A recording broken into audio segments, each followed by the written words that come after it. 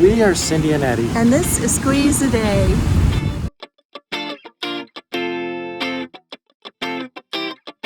The plan was to take advantage of our last day on Bali with some good food, sightseeing, and close out the day with a beautiful sunset. The airport is right down the street, and tomorrow we're getting on an airplane and flying to Vietnam. Because Vietnam has so many variables and we plan on traveling to another country afterwards, we decided we wanted to get our hands on a couple extra passport photos before we left Bali. To do that, we came here. And that was Ibnu from Jawa, who took really good care of us. So we're really pleased and look forward to making it into Vietnam tomorrow. Now that that's finished, we have time to make our last night special. We walked to the beach to catch the last sunset we would see on Bali until we could return again. We found a great spot that was hosted by YU and relaxed a little bit with an amazing view.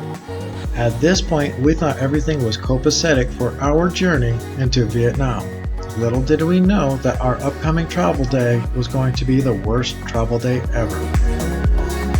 This is our last night in Bali and we decided that we wanted to come and watch the sunset. So we're going to show you a little bit so you can enjoy it with us because, well, it's Bali and it's pretty gorgeous. There's a storm off to the right, but that's okay. It's still pretty nice. Thank you, Bali, for the amazing month we've had here. We cannot wait to come back. Let us know in the comments below when you think we should come back.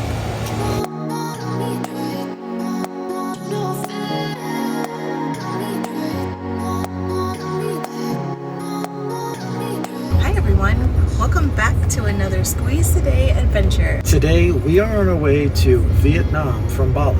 It started off just like any other travel day. We ate breakfast and packed our bags, checked out of the hotel before catching a taxi to the airport. Little did we know there were minor errors in our visa applications that would prevent us from getting on this flight. We are in a taxi right now and headed to the airport. We're taking you along with us on this journey.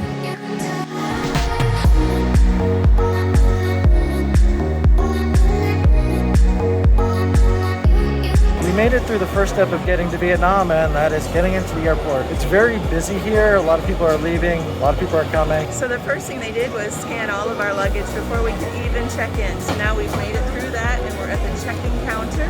We're going to go and present our documents and check in for the flight. We'll show you once we get our boarding passes.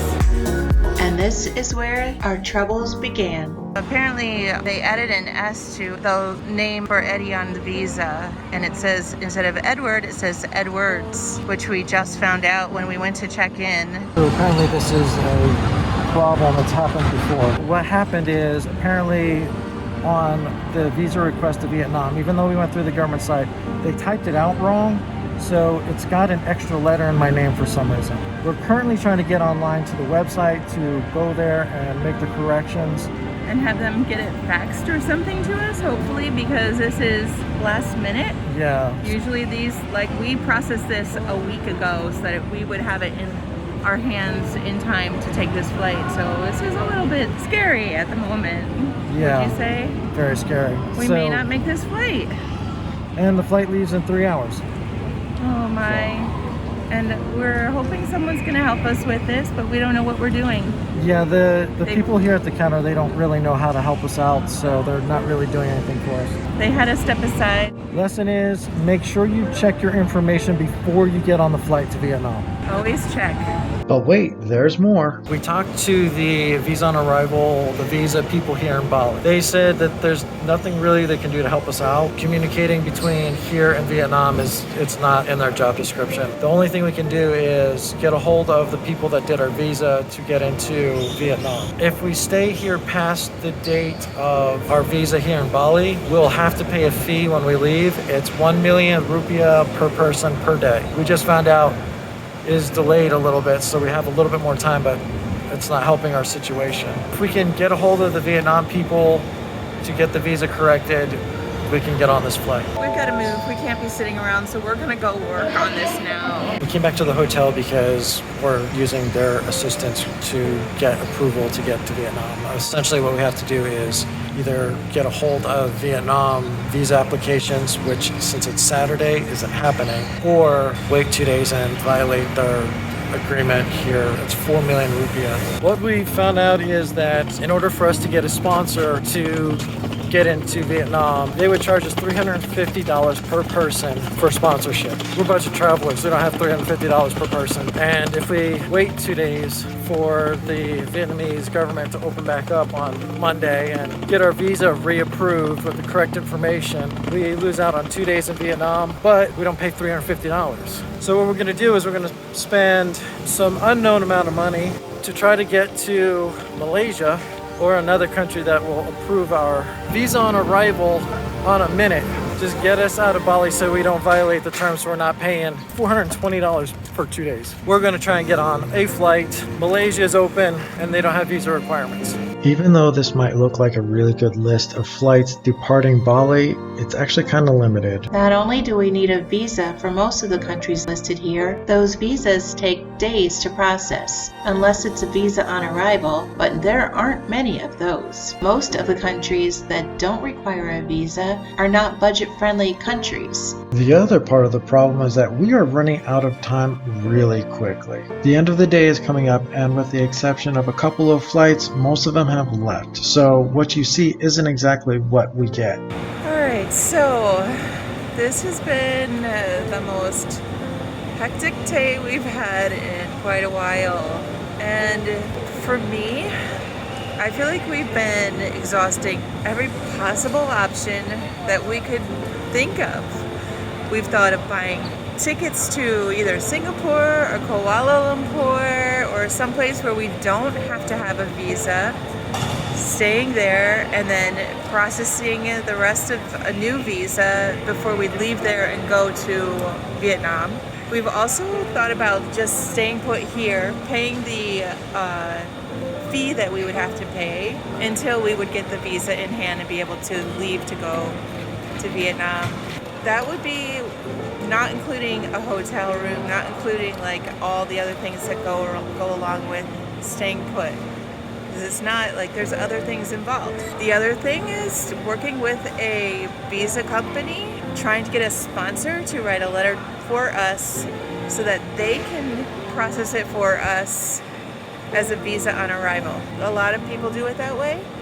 We had opted to do the e-visa because we wanted to basically have the most streamlined one. It's the one that gets you through the airport the quickest, is what they say. Unfortunately, with that sponsorship letter comes a high price tag. So that's $350 for each of us. So it's very expensive. So that would be similar to buying new tickets, because if we went to Singapore, then we'd have to buy another ticket to go onward to Vietnam. If we went to Kuala Lumpur, we'd have to buy another ticket to go to Vietnam as well. And plus there's lodging involved with that and transportation to get to the lodging. Like there's so much that has to be added in that you don't think about. But we've opted to go with this service that's going to cost $700. Long story short, it basically comes down to this. What we had to do was pay a visa service person to sponsor us to get us into the country of Vietnam. Here's the thing about it. We've been talking to the flight company, the Vietjet people, and apparently this is a common occurrence. Both of our visas were wrong. Both had a mistake in each of our visas. One mistake, one in his and one in mine. And it's we a should simple have. one. It's on us that we didn't check the day we received them, because we did it a week ago, well in advance. Was it a week and a half? Anyway, we've had them in our hands for a while. We just didn't think to look at them and make sure everything was correct. All right, so we are doing the service. The problem is right now we're in a holding pattern because we haven't had it processed yet. We're waiting, and if it's not able to be processed, today is Saturday. It's later in the day. This really could have been handled earlier, but we wanted to exhaust all of our possibilities and we didn't want to pay the $700. We have our boarding passes. We're on our way. This was a very hard-fought battle to get this. So much stress today. We're heading out, but the craziest thing is this flight that we were supposed to go on got delayed once by 3 hours. Then it got delayed a second time by another hour, or else there was no way we would have made this flight today. So the flight should have left 3 hours ago. Yeah. We still have another hour wait because of the 4-hour delay. So we are grateful we are grateful for those delays. Yes, this was an act of a higher power than us, Yep. for sure. And we're moving on. Time Time to to go. get to the boarding gate. Tenemos solamente que Thank you for your conversion.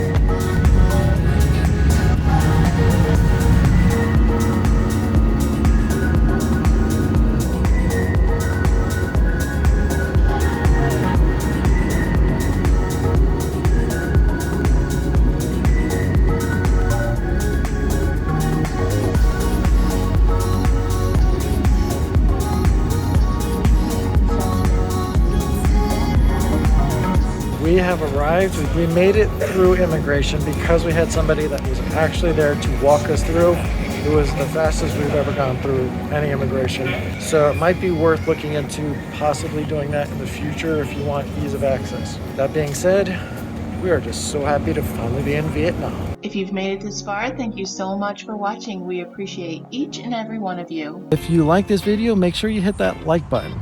And if you're not subscribed, hit the subscribe button and ring the bell for notifications so that you can continue to follow along with us as we continue on this adventure. And as always, squeeze the day and be well.